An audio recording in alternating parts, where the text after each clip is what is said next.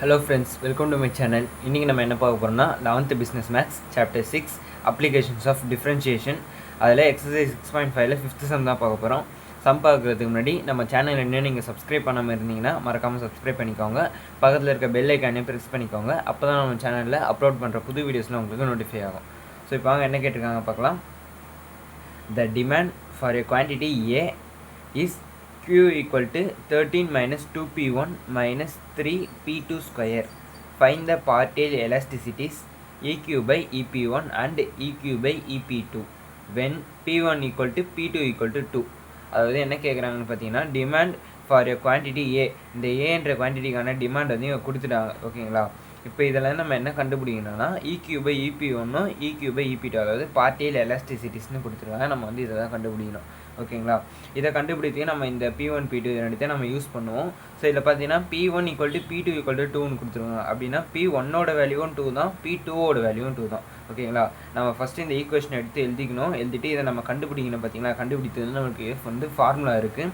அந்த ஃபார்முலா நம்ம போட்டு ஈஸியாக கண்டுபிடிச்சிடலாம். ஸோ இப்போ வாங்க ஃபஸ்ட்டு அவங்க கொடுத்துருக்க இந்த Q எடுத்து நம்ம எழுதிக்கலாம்.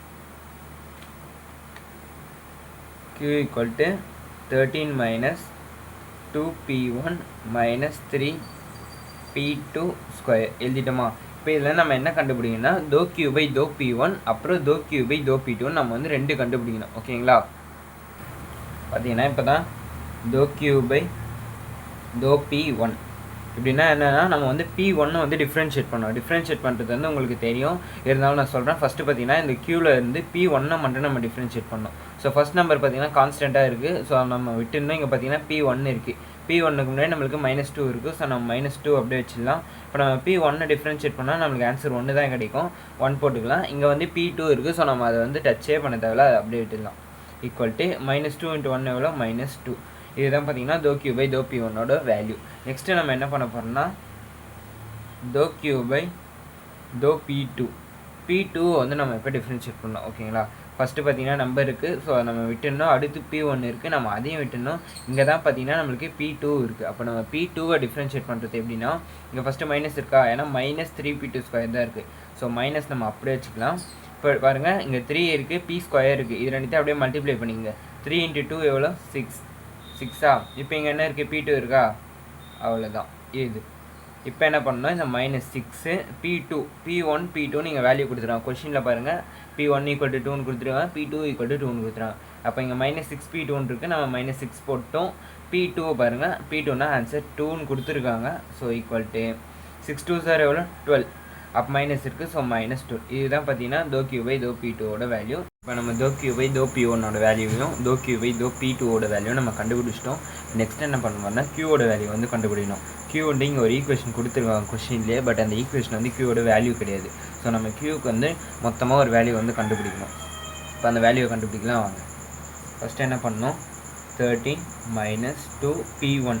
P1னா கொஷினில் என்ன கொடுத்துருந்தாங்க, P1ஓட வேல்யூ நம்மளுக்கு 2ன்னு கொடுத்துருந்தாங்க. -3P2. P2ஓட வேல்யூ நம்மளுக்கு 2ன்னு தான் கொடுத்துருக்காங்க. கொஷின்லேயே இருக்குது பாருங்கள், P1 P2 ஈக்குவல் டு 2ன்னு கொடுத்துருக்காங்க. ஸோ நம்ம அந்த வேல்யூவை போட்டோம். Equal to 13 minus 2 2 are 4 minus 3 2 are 6 equal to 13 -4 -6 -10.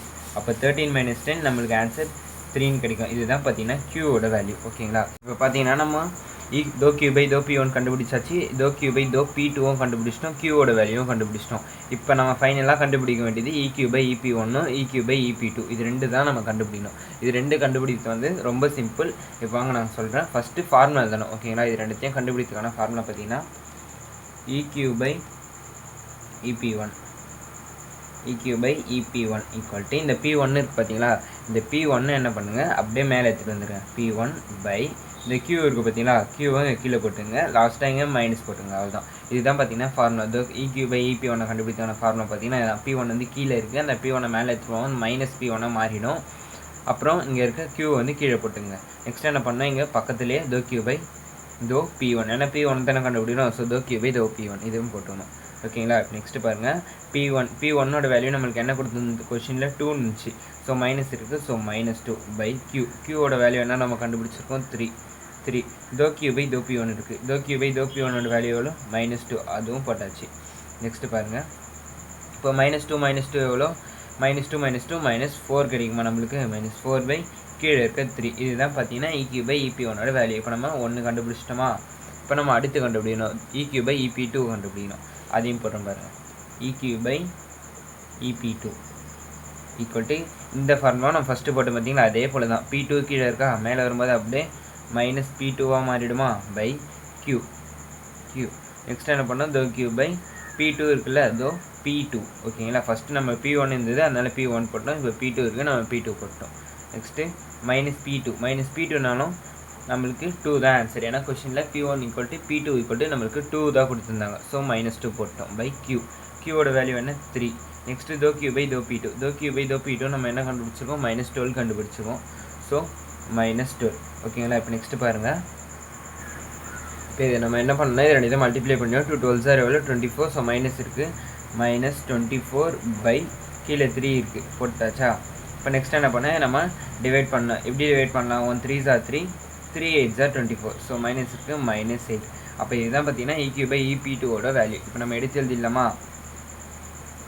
EQ/EP1 equal என்ன ஆன்சர் நமக்கு கிடைச்சிது, -12 இல்லை -4/3. ஓகேங்களா, -4/3. நெக்ஸ்ட்டு பார்த்தீங்கன்னா EQ/EP2 ஈக்குவல் -8 கிடச்சிருக்கு. இதுதான் பார்த்தீங்கன்னா இதோட ஆன்சர். ஓகேங்களா, ஓகே ஃப்ரெண்ட்ஸ், இந்த வீடியோ இதோட முடியுது. இந்த மாதிரி நிறைய வீடியோஸ்க்கு நம்ம சேனலை சப்ஸ்கிரைப் பண்ணிக்கோங்க. இந்த வீடியோ உங்களுக்கு பிடிச்சிருந்தா லைக் பண்ணிவிடுங்க. இந்த வீடியோவை பற்றினா உங்களோட கருத்து ஏதாவது இருந்துச்சுன்னா கீழே கமெண்ட் பாக்ஸில் சொல்லிவிடுங்க. ஓகே ஃப்ரெண்ட்ஸ், பாய்.